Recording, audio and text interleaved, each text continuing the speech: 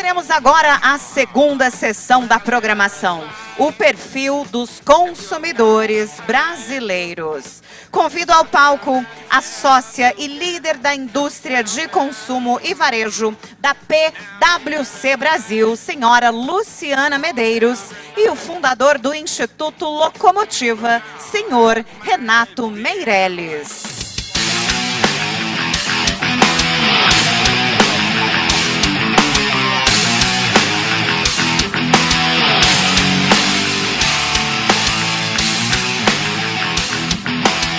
Olá, pessoal.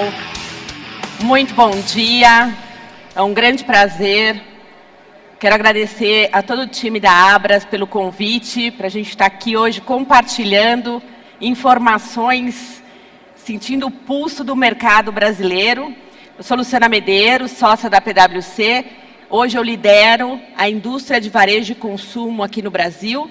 Estou aqui com o Renato, presidente do Instituto Locomotiva. Rê, quer dar uma palavrinha? Bom dia, pessoal, tudo bem? Vamos lá, prazerzaço estar aqui, Lu, manda bala. Pessoal, nós vamos compartilhar com vocês um estudo do mercado da maioria. Foi um estudo que PwC, Instituto Locomotiva, nós desenvolvemos no ano passado para estudar a população das classes C, D e E, que hoje representam 76% da população brasileira. Então, o que a gente quer fazer essa discussão e essa reflexão no mercado é para que, se as empresas, as companhias estão considerando o poder dessa população, como novamente representa 76% da população brasileira, se eles, como é que essa população está hoje? Qual é o comportamento dele? Quais são os principais insights para a gente poder compartilhar hoje com vocês? Ô Lu, acho que só um detalhe interessante sobre o tamanho desse mercado. Isso equivale, por exemplo, a 4 vezes a população da Austrália. Movimenta, sabe quanto? 2 tri e 300 bilhões de reais por ano. Muita gente, esse é o Brasil de verdade, quando compra de alimentos, é disso que a gente está falando. A gente não pode desconsiderar a imensidão do nosso país. Depois a gente vai falar um pouco de temas de regionalidade, obviamente, mas na nossa pesquisa nós entrevistamos mais de 2.000 pessoas, então nós fizemos uma pesquisa quant, que o Instituto Locomotiva foi a campo estudar realmente o consumidor das classes C, D e E, trazendo sempre, obviamente, o perfil dos consumidores ali acima de 18 anos, nas diversas regiões aqui no Brasil.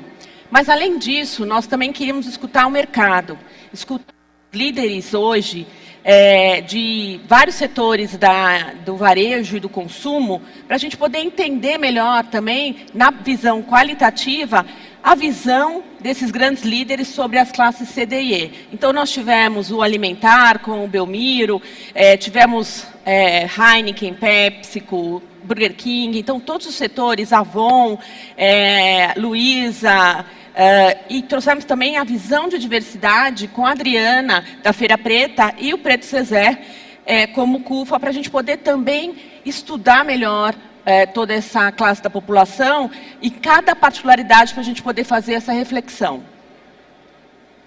Rê, acho que falar um pouco o que é o consumo para esse mercado. Vamos lá, pode passar, Lu, primeiro. Pessoal, consumir é muito mais do que escolher um produto A ou produto B na cesta de supermercado. 71% dos brasileiros se sentem realizados quando fazem uma compra. Eu estava uma vez no interior da Bahia, Lu, fazendo pesquisa de campo. E ela estava com uma consumidora que entrou numa loja e saiu da casa dela, a gente saiu da casa dela para entrar na loja. E ela estava muito incomodada, porque o marido fala, já vai ela passear de novo. Ela se diverte indo no supermercado. Enquanto a gente fazia a compra, no final da compra que a gente estava fazendo, ela virou e falou, ele acha que eu venho passear, que o que me deixa feliz é passear no supermercado. O que me deixa feliz é o carrinho cheio e o cabeleireiro que eu posso ir com o dinheiro que eu economizei no supermercado. Essa lógica que a gente aprende com o consumidor, que mais importante do que a economia é o que ela faz com o dinheiro que ela economiza. E agora, o que a nossa pesquisa mostrou nas classes C, D e E? Que os brasileiros passaram a comprar mais nos últimos anos do que há 10 anos atrás. Então, se a gente compara com 10 anos atrás, hoje os brasileiros estão comprando mais. Mais aonde? Mais no supermercado e mais produtos de higiene e beleza. Tem um outro detalhe interessante, é que quando a gente fala produtos para animais, para os pets, produtos para os pets são muito mais importantes. Acho que para esse público, né, pessoal, que a gente está comentando das classes C, D e E, elas realmente passaram a consumir mais os itens que estão disponíveis nos supermercados em higiene e beleza, obviamente depois seguido por outros. Então, é uma excelente notícia. Perfeito, dá para variar muito mais. Vamos lá. Outro dado interessante é o futuro. É o consumidor que, mesmo passando pela pandemia, mesmo passando por situações que até pouco tempo atrás eram impensáveis no Brasil, ele tem uma expectativa de consumir mais nos próximos 10 anos. Mesmo 60% afirmando que já ter deixado de comprar algum produto ou contratar algum serviço por falta de crédito. Então o que a gente vê? É o consumidor que tem expectativa de um lado de conseguir mais, mas que precisa de crédito para conseguir valer, em especial o crédito, que são para os bens duráveis que ele compra no supermercado, ou os não perecíveis que ele compra no supermercado. Muito mais do que a compra do dia a dia, porque não dá para se endividar comprando comida. Pode ir. E aí, Lu, quando consomem, o que eles preferem? Acho que tem aqui temas importantes para a gente considerar no dia a dia, do varejo, de abastecimento. Primeiro tema é em relação à forma de pagamento. Hoje, a visão do Pix é a forma mais fácil de efetuar e o que eles preferem. Mas tem um ponto de que a falta de crédito que essa população hoje sofre, ela deixa de comprar itens que ela gostaria de comprar. E com isso, ela não consegue fazer a utilização de um cartão de crédito, por exemplo, como ela gostaria. Então, a modalidade hoje que mais é utilizada e é de preferência é na visão do Pix. Só que eles também, hoje, têm um controle maior dos seus gastos do que tinham há 10 anos atrás. Então, quando a gente fala de 63%, afirmam que controlam melhor os seus gastos para realmente poder fazer aquela compra, que tem um significado para ele diferente, de conquista, de poder ter aquele bem, aquele item, ou aquele carrinho de compras que ele gostaria de ter. Então, o significado aqui da compra, ela é muito diferente. 81%, uma ótima notícia aqui, compram fisicamente, eles preferem comprar físico na loja do que no online.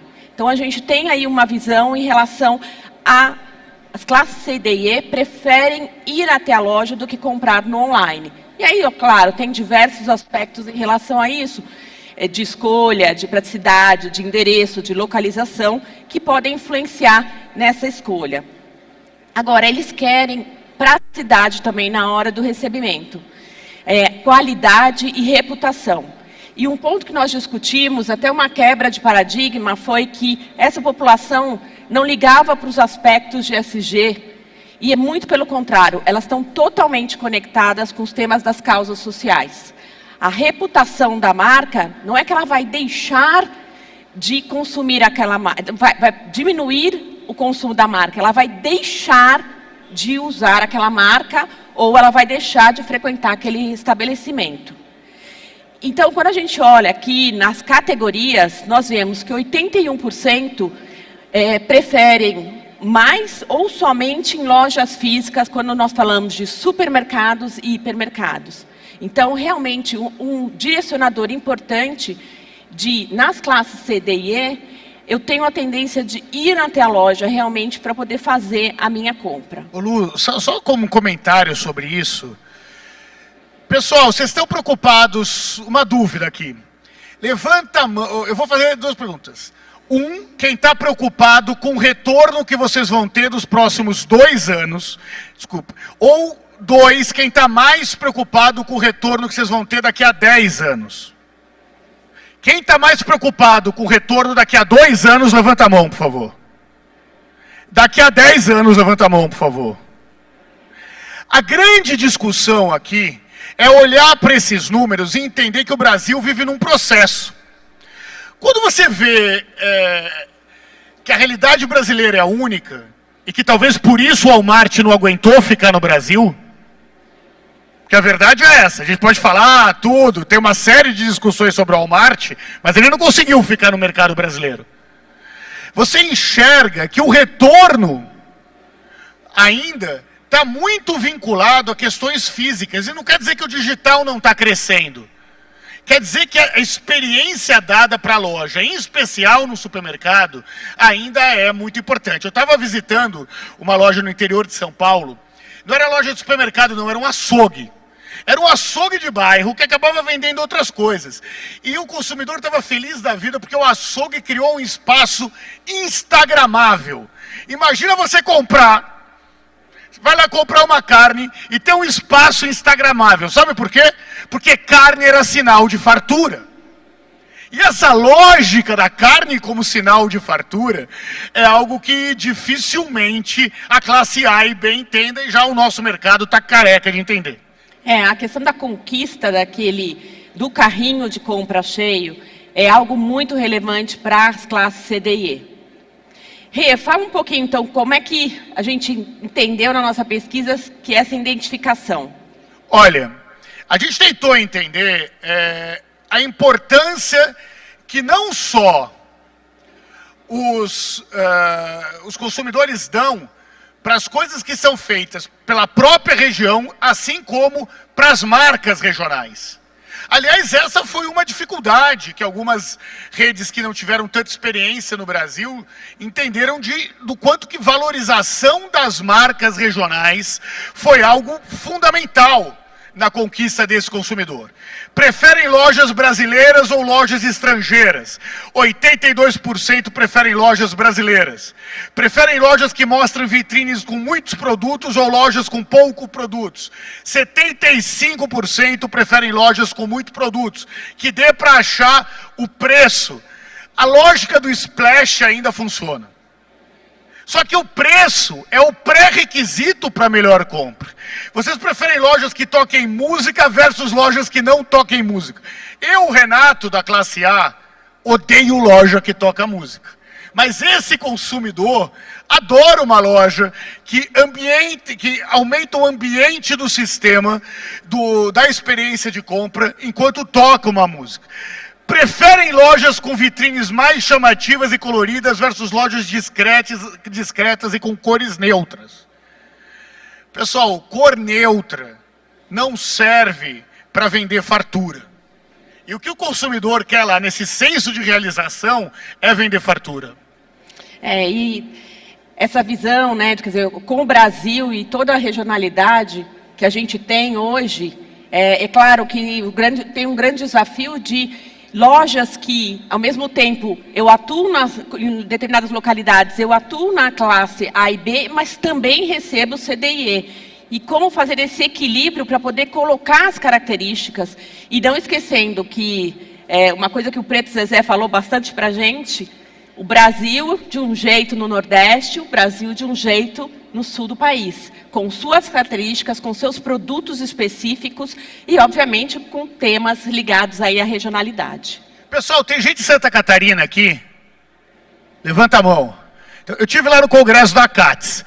Olha o desafio que é qualquer outra rede entrar lá em Santa Catarina, exatamente por questões regionais nessa história. Manda bala, Lu. Aqui, o consumidor está muito mais atento pela loja que ele está entrando. 66%.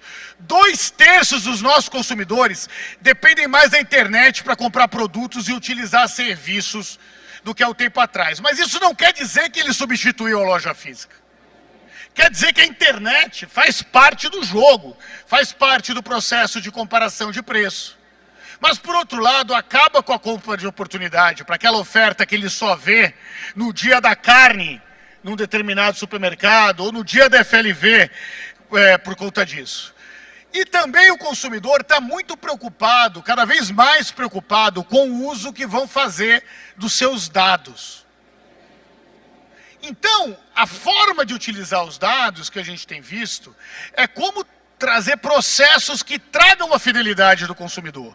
E aí tem uma discussão que a gente faz há anos, Lu. Eu já briguei com muito cliente varejista há 10 anos atrás sobre isso. Hoje ninguém fala o contrário, que é a importância que o cashback tem na hora da oferta.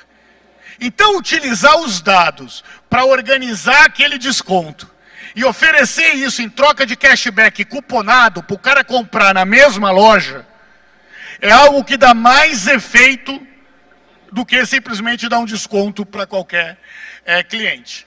A gente viu que 62% preferem estabelecimentos que não solicitam muitos dados pessoais, ou que solicite uma vez e crie sistemas cada vez maiores de fidelidade. Então, quando você pega, por exemplo, ações integradas, que você pega os dados do consumidor, fecha com o agregador, você consegue, por exemplo, usar a tecnologia para dar ofertas exclusivas para determinados clientes.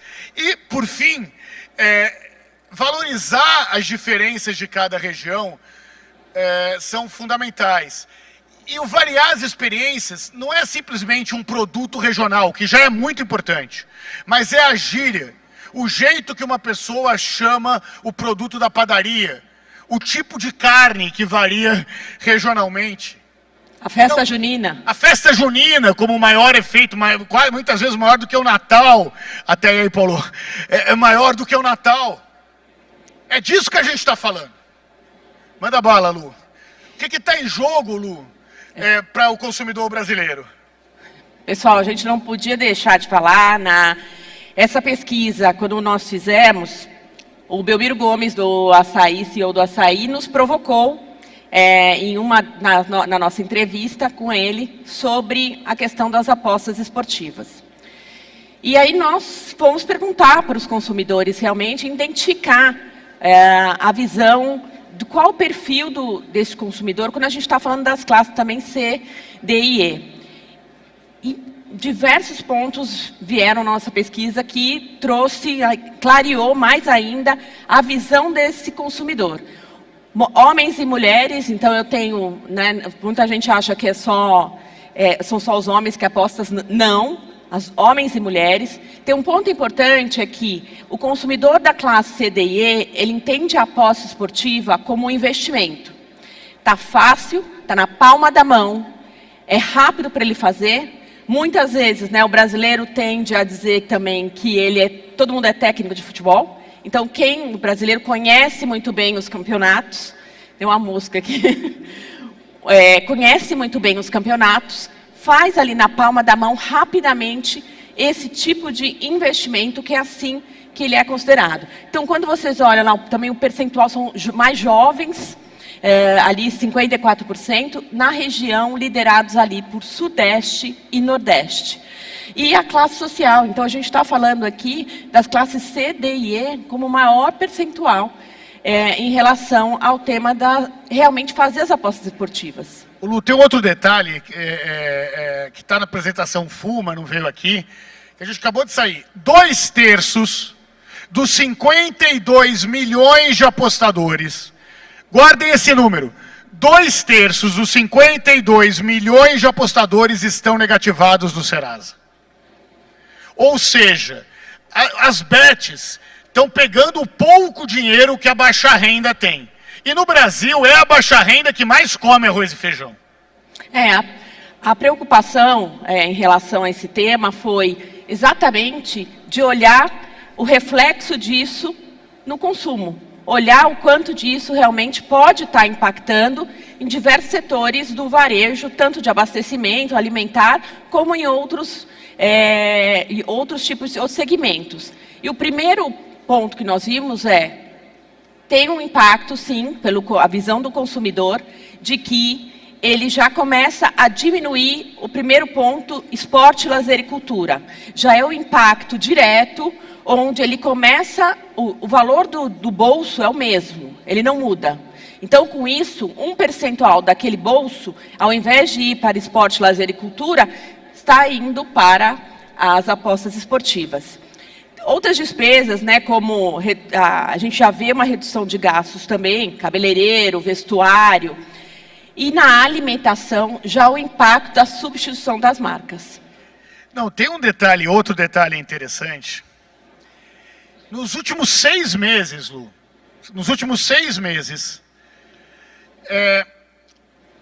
o número de novos apostadores, dos 52 milhões de apostadores, nos últimos 6 meses foram 25 milhões de novos apostadores. A maioria desses novos apostadores são mulheres. Os homens ainda são maioria no total, mas nos novos apostadores a maioria são mulheres, que são quem controla o orçamento da casa. Vocês sabem quanto tempo a Covid demorou para atingir 25 milhões de pessoas? 11 meses. Quase o dobro do tempo que essa pandemia das bets atingiu essas pessoas. E o dinheiro que ela está pegando, além desses que a gente conversou aí, é o dinheiro que o ministro Wellington Dias falou que está surgindo agora na economia, com o aumento do Bolsa Família, com o aumento real do salário mínimo e com a redução do desemprego. Esse era um dinheiro novo, que podia estar indo para o varejo, que podia estar gerando emprego, e está indo para as bets, que não geram quase nada de emprego no Brasil. É um absurdo que quem receba o Bolsa Família possa gastar o dinheiro do Bolsa Família jogando, apostando. Então não é à toa que as ações legais para impedir a propaganda das bets sejam tão importantes. Você tem uma ideia? O investimento publicitário das bets hoje é igual ao investimento publicitário de todos os supermercados somados. Tudo que vocês gastam de propaganda é o que as bets gastam de propaganda. E quando a gente fala do perfil desse consumidor, esse perfil ele é liderado por mulheres. Majoritariamente são chefiados por mulheres hoje nas classes C, D e E. Então, quando a gente fala do impacto também com as apostas esportivas, homens e mulheres, eu tenho também ali um impacto em relação a essas mulheres que hoje estão liderando a casa e liderando os gastos, como eu comentei lá no início, numa visão de que hoje tem um controle maior dos gastos, só que hoje tem um aspecto específico aqui desse investimento, digamos assim, que hoje, pela visão deles, está consumindo uma parte. É claro que o último item aqui são itens ligados à moradia, aluguel, educação, saúde, porque isso não tem como diminuir. Mas quando a gente fala de substituição de marcas, como por exemplo, eu comprava um suco de uma marca melhor, depois eu passo a comprar um outro tipo de suco, e depois, para baratear, eu compro a água e compro o limão para poder dar o sabor na água. É esse tipo de impacto que os consumidores refletiram na nossa pesquisa e nos fez olhar de uma forma profunda para os temas de apostas esportivas. Hoje existem mais de 300 empresas trabalhando no setor de bets, de apostas esportivas aqui no Brasil. Então é uma quantidade grande de empresas que ao longo dos 2 últimos anos, ano passado e digamos esse ano, se estabeleceu não necessariamente fisicamente aqui no Brasil, mas que estão atuando aqui no Brasil. Então, isso sem falar dos tigrinhos. Aqui a gente trouxe só um recorte das apostas esportivas. É claro que existem outros tipos de jogos eletrônicos que também podem fazer parte e impactar a visão no consumo, mas que hoje a dificuldade de a gente poder ter dados para poder fazer uma análise de quanto que o consumidor realmente está avaliando, além da bet, além das apostas esportivas, também a visão dos jogos eletrônicos. E é claro, o consumidor ele tem uma tendência maior a falar que ele não joga. Então, numa pesquisa diretamente, na primeira pergunta, é que eu não jogo tanto. E aí, no decorrer da pesquisa, ele acaba abrindo de que ele faz essa aposta esportiva. Vamos lá. Pessoal, a gente vai passar um vídeo agora, que é exatamente um recorte de todos os líderes que participaram conosco dessa pesquisa e essa visão em relação à classe C, D e E, que, de novo, representam 76% da população, e o reflexo nós não podemos deixar de ouvir essa população para que a gente possa considerar assim nos nossos negócios. Vou pedir para passar o vídeo. Você tem que apertar mais no ainda. Aí. Quanto mais a gente conseguir gerar renda para que esse consumidor tenha sobra na sua necessidade diária, mais ele vai consumir. Hoje, todas as grandes empresas são debruçadas em entender o perfil desse consumidor, pensando como dialogar com esse território, inclusive bem complexo. E a gente sempre vê o Brasil no longo prazo, né? Mas o momento atual é relativamente positivo em relação ao Brasil. Com um orçamento mais comprimido, que ela está tendo que fazer ainda mais escolhas do que já faz, o custo do erro é muito alto. Se eu posso comprar um produto por R$10, por que eu vou pagar R$14 e vou pagar R$13 um produto? Não faz sentido. Pode até fazer aquele investimento cuidadoso para manter o consumo naquela determinada categoria. Ela não vai deixar de comprar o perfume, mas não pode errar, porque ela não vai ter uma segunda chance. O público que a gente trabalhava não tinha tanto uma cultura de consumir de maneira digital.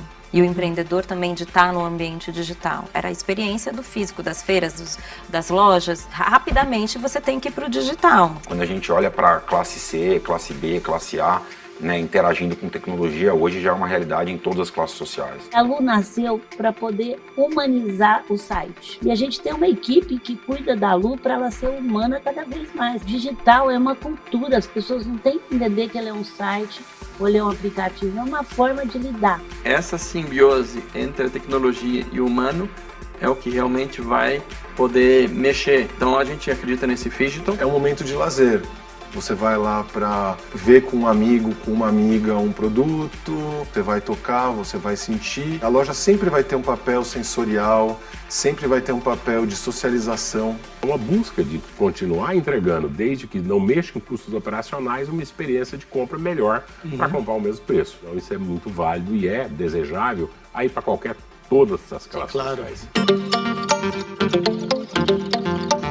Obviamente, preço ele é muito importante para essa classe, mas isso não abandona que essa classe também tenha um entendimento do que é uma economia sustentável. Todas as marcas vão ter que ter um propósito. Então não é que ele não vai pagar mais ou menos, ele vai parar de consumir se a marca não tiver algum tipo de causa, não no discurso, na prática. Existe uma transformação que a sociedade precisa em dar oportunidade para todos, e para mim essa parte da população, obviamente, ela não tem proporcionalmente a representação nos empregos, no trabalho, nas oportunidades. Há uma preocupação muito grande das companhias nisso, principalmente ligados, né, a temas raciais, a questões, né, de combate, né, à homofobia, uma série de outras coisas que a gente já viu no passado. O Brasil ele é um país muito plural, tem muitos tipos de clima, tipos de alimentação, tipos de migração diferentes também. Isso tem um impacto muito grande de como as pessoas se vestem. Você vai para o Norte e Nordeste, é um Brasil de um jeito. Você vai para o Sul e Sudeste, é Brasil de outro jeito. Então a gente deveria dar uma olhada nessa diversidade.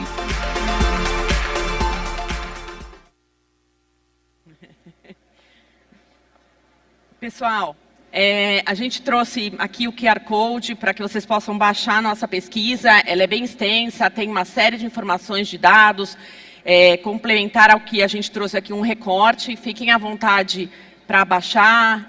Também a gente vai estar aqui ao longo desses dias, também à disposição para conversar com vocês. Mas chegaram algumas perguntas, né, Renato? Eu vou fazer a primeira para você, tá, Lu? Retail, mídia e serviços são hoje os melhores caminhos de manter um profit saudável para uma rede que não prevê mudanças do core e também ainda está longe da presença digital? Bom, retail mídia, né, gente? Em janeiro desse ano, a gente estava lá na NRF e eu estava com os meus sócios, estão aqui também, a Helene e o Giancarlo. Primeiro dia da NRF, só se falava de retail mídia. Não é algo novo, isso já acontece no mercado. Só que ele veio potencializando aí em janeiro com essa visão, né, realmente de ampliar o tema de retail media. E quando a gente voltou, acho que todo mundo quando voltou para o Brasil fez a reflexão, espera um pouquinho, deixa eu analisar o que eu posso fazer com o tema de retail media. E sim, o que a gente vê é que existe uma oportunidade muito grande para esse aspecto do retail media. E é claro, né, a gente sabe das margens apertadas, quando eu trabalho o tema junto com os meus fornecedores, e não são só os fornecedores atuais, mas a possibilidade de trazer outras empresas que não estão no cenário hoje de ter uma relação com o varejista e que no retail media eu posso trazer para a minha loja, eu posso trazer para dentro do meu fluxo realmente eles poderem vender o seu serviço, né? Seja uma companhia aérea, seja um plano de saúde, são empresas novas desse cenário que eu posso potencializar ainda mais. Não é só a gente pensar em colocar as TVs de LED, é muito mais do que isso. Agora, a gente não pode esquecer que precisamos considerar os aspectos operacionais, tributários dessa operação. Como eu vou encaixar isso dentro da minha operação? Eu preciso pensar tributariamente qual é a melhor forma disso, para que eu também não tenha ali, faça uma operação e que depois tenha algum problema, ou não seja a melhor forma tributária de eu poder estar efetuando isso. Então, é importante ter a estratégia de olhar todo esse cenário, ver o que eu posso trazer para dentro da loja, desafiar isso e sim pensar na estruturação de tecnologia, de tributário, de operação, para eu poder ter mais êxito ainda na parte de retail media. Deixa eu fazer uma para você aqui. Manda bala. Tá tão grande que não vou precisar usar meus óculos, porque eu não sei a idade, né? Comente como os consumidores das classes C, D e E veem a sustentabilidade em suas compras. Eles pagam mais ou escolhem produtos baseados num menor impacto ambiental? Fale um pouco sobre os comentários que você escutou sobre esse assunto. E isso foi uma quebra de paradigma na nossa pesquisa, né? Total. Pessoal, vamos lá. Sustentabilidade. Esse negócio que está todo mundo falando, mas que parte de uma premissa, na verdade, que os produtos sustentáveis ainda são mais caros do que os produtos que não são sustentáveis. E o que a gente tentou fazer nessa pesquisa foi, a partir do entendimento de que ele acha importante, entender que em condições normais de temperatura e pressão, esse cara vai preferir o produto sustentável. O que significa na prática isso? Que se você tem um produto não sustentável, a sua margem vai ser menor quando você tem produtos do mesmo preço.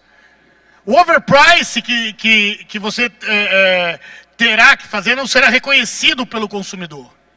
Então a lógica não é mais o driver de consumo, é o driver de detração. O que é o driver de detração? É o quanto o seu produto tem que cobrar a menos do consumidor, ser mais barato, por não ter um compromisso com a sustentabilidade. E acho que tem o tema das causas sociais, que a gente não pode deixar. Este consumidor das classes C, D e E, eles se identificam com as causas sociais que as empresas abraçam. Se ele não se identifica, ele vai balancear isso dentro do seu consumo. E a gente chamou isso na nossa pesquisa de um consumidor com propósito. Por isso que eu falo que é uma quebra de paradigma, porque as pessoas pensavam que isso não era importante para a classe C, D e E. E muito pelo contrário. E como o próprio Maurício da Heineken comentou na pesquisa, não é só diminuir, é parar ou de frequentar o estabelecimento ou realmente de não consumir mais aquela marca, porque ele não se identifica ou porque tem algum ponto que aconteceu naquela empresa de confiança, uma quebra de confiança, e a partir do momento ele para de consumir ou de frequentar o estabelecimento. O Lu tem 20 anos, 23 anos, nossa, me dei conta agora da minha idade. Tem 23 anos que a gente estuda o consumidor brasileiro, em especial o consumidor das classes CDI. E algumas coisas ficaram claras para a gente. Uma delas é que quando uma empresa vai cumprir um propósito, é o papel dela, o consumidor das classes CDE querem um propósito, e o exemplo do Maurício Heineken, que ele deu na versão full da entrevista, era maravilhoso. Ele falou, olha, eu patrocino o futebol e a parada LGBT. Está nos dois extremos sobre isso. E uma das coisas interessantes é que se você vai entrar numa determinada causa, sustente a causa que você está falando. A pior coisa que tem para um varejista ou para uma marca da indústria é não sustentar o caminho que você está seguindo. Isso não é um detalhe. Isso não é um detalhe. Portanto, a causa tem que estar ligado diretamente ao DNA das empresas. E isso, de novo, será cobrado pelos consumidores, ainda mais na era das redes sociais. E essa visão do consumidor com propósito, o quanto que ele realmente se posiciona em relação a esses temas e vai em busca de utilizar melhor esses conhecimentos. É claro, ele tem ali um valor que ele pode gastar.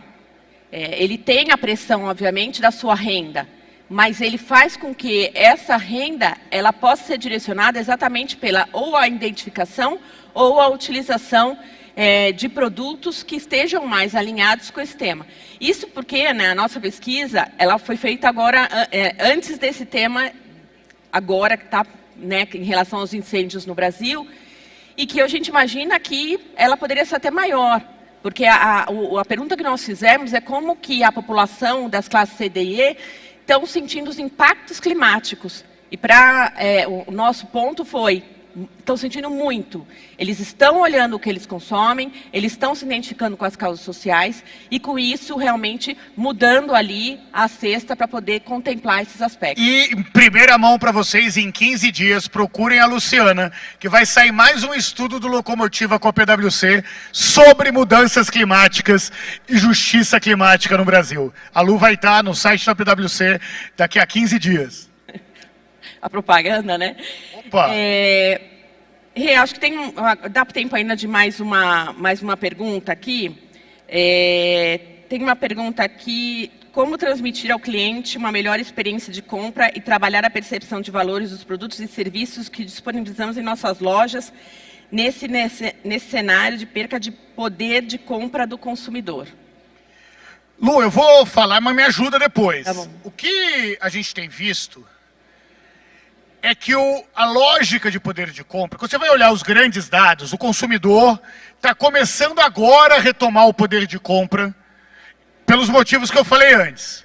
A queda do valor de alimentos, o aumento real do salário mínimo e o aumento dos programas sociais. Parte considerável dessa grana está indo para as bets. Mas tem uma outra parte da grana que está indo diretamente para supermercado.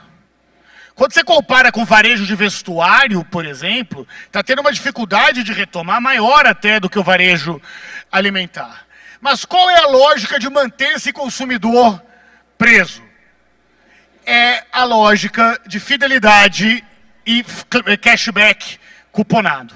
Antigamente o cara tinha que ir cada vez mais, Lu, para descobrir qual que eram as melhores ofertas. E aí você atraía só o consumidor oportunista. Aquele consumidor que só ia comprar promoção de leite e não levava mais nada. Que só ia comprar promoção de cerveja e não levava mais nada. Quando você estabelece uma tecnologia necessária para que isso volte para o consumidor em termos de venda, você mantém esse consumidor funcionando. Porque uma das outras coisas que nós aprendemos durante 20 anos estudando o consumidor é que se tem uma coisa que o consumidor odeia, que lembrem que ele é pobre. Ele já sabe que ele é pobre. Se tem uma coisa que ele gosta, é ganhar alguma coisa. E se você aparece lá, você tem R$50 de retorno para gastar no supermercado, se ele não gastar, ele vai estar com uma sensação que perdeu aquela oferta. E perder dói muito mais que deixar de ganhar. A visão de hoje, de você poder utilizar, acho que a gamificação, usar esses recursos, né, seja dentro de um app, ou seja de diversas formas que a pessoa rodar a roleta, na população das classes C, D e E, ela também se identifica com isso, que é algo que ela gosta de utilizar. E existe uma demanda de consumo. Essa demanda, em primeiro lugar, que apareceu na nossa pesquisa, é relacionada a supermercados, alimentar, seguido por a questão de higiene e beleza. E tem outros, né, como a gente fala, a população das classes C, D e E, ela tem uma necessidade de consumir aquilo que ela não podia consumir antes. Então, o diferencial dela ir até o local e poder comprar aquilo, e ela não pode errar. Ela não pode errar, porque ela só tem aquele valor para gastar. É diferente da classe A e B, que se eu errar, eu compro na semana seguinte. A classe C, D e E não. Ela não pode errar aquele produto.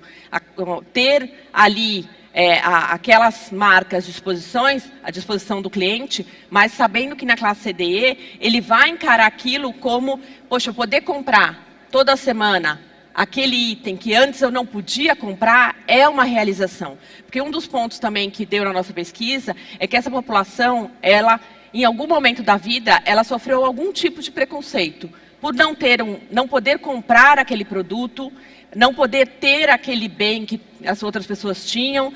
De alguma forma, ela sofreu um preconceito. Então, a realização de poder comprar a carne específica, poder comprar aquele item específico, é uma realização para esse consumidor das classes C, D e E. Tem um exemplo muito claro disso. Pessoal, perguntar para vocês, não dá raiva quando um produto de FLV ou de carne, ou mesmo um produto industrializado, perde o vencimento, você tem que jogar fora tudo aquilo? Não dá uma sensação que vocês estão perdendo dinheiro? Uma vez eu estava em Porto Alegre, fazendo uma pesquisa de campo também, e veio a mesma coisa.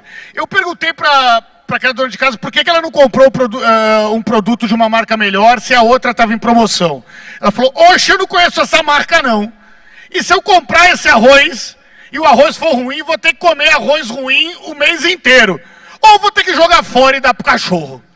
Essa lógica de não ter o desperdício é o que funciona na hora da conta do consumidor aceitar se tal produto tal não está em oferta. A gente não pode esquecer que essa população é uma população que ela não teve também home office. Ela estava lá na linha de frente. Na nossa pesquisa mostrou que mais da metade desses consumidores são empreendedores, eles não têm carteira assinada, eles também não completou o ensino médio. Então, existe ali uma perspectiva realmente de eu poder fazer essa compra, não ter o medo de errar ali naquele momento de compra e poder fazer aquele investimento que ele está trazendo ali para aquele item. Assim como itens eletroeletrônicos ou eletrodomésticos que ele pode adquirir e que podem deixar a vida dele mais fácil, de alguma forma.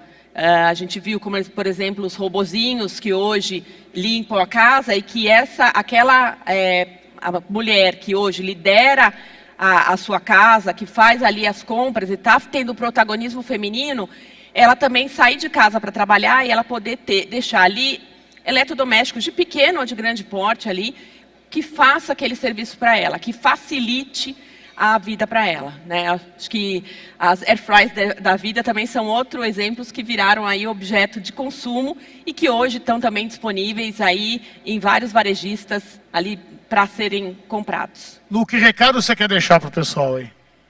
Pessoal, acho que a gente não pode deixar, aproveitando aí os últimos segundos, de considerar as classes C, D e E, que representam, de novo, 76% da população brasileira. Como eu estou considerando isso na estratégia da minha empresa? Eu estou colocando todos esses impactos, eu estou vendo como esse consumidor ele vai querer frequentar mais a minha loja, porque ele representa realmente uma grande parcela da população. E a ideia é que ele continue, possa fazer mais compra e tem uma necessidade, como eu comentei, de uma demanda de consumo já no primeiro item do alimentar. Meu recado, Lu, pessoal, eu acho que a gente tem um desafio aqui. A classe A e B pode até ter dinheiro para comprar 7 picolés. Mas ela não tem estômago para comer 7 picolés. Se você quiser vender picolé, você vai ter que vender para as classes C, D e E. E se você olhar a maioria dos países da Europa, olhar os Estados Unidos e olhar o Canadá, eles não têm nenhum tipo de consumidor que são equivalentes à classe C, D e E no Brasil. Se você tem uma marca que está em cidades de menos de 200 mil habitantes, Se você tem uma rede perto da periferia, não tem como achar que referências internacionais se aplicam diretamente no Brasil. O maior erro de empresas internacionais que entraram no Brasil foi simplesmente copiar referências do exterior. É muito bom saber tudo o que existe. É fundamental entender as experiências internacionais. Mas se você não tiver uma barriga no balcão, um entendimento para o que significa de verdade as classes C, D e E, você está longe de entender o mercado brasileiro. Então o convite que eu tenho para fazer para vocês é entender que o Brasil mudou e vai continuar mudando. Que as mudanças econômicas num país como o nosso são cada vez mais rápidas e cada vez mais constantes. E que se você está interessado nas vendas recentes, nas vendas que você vai ter que fazer logo mais, não adianta simplesmente olhar tendências de futuro, porque elas ainda não chegaram. Mas olhar o next, o que está acontecendo agora, neste momento, para ser a grande plataforma da melhora de vida dos consumidores. Parabéns para vocês que têm o privilégio de ter empresas que dia a dia acordam, levantam as suas grades, abrem as suas portas para deixar o brasileiro mais feliz e mais realizado. Para o Locomotiva é um prazer enorme, um privilégio estar aqui com vocês. Obrigado, pessoal. Obrigada, pessoal.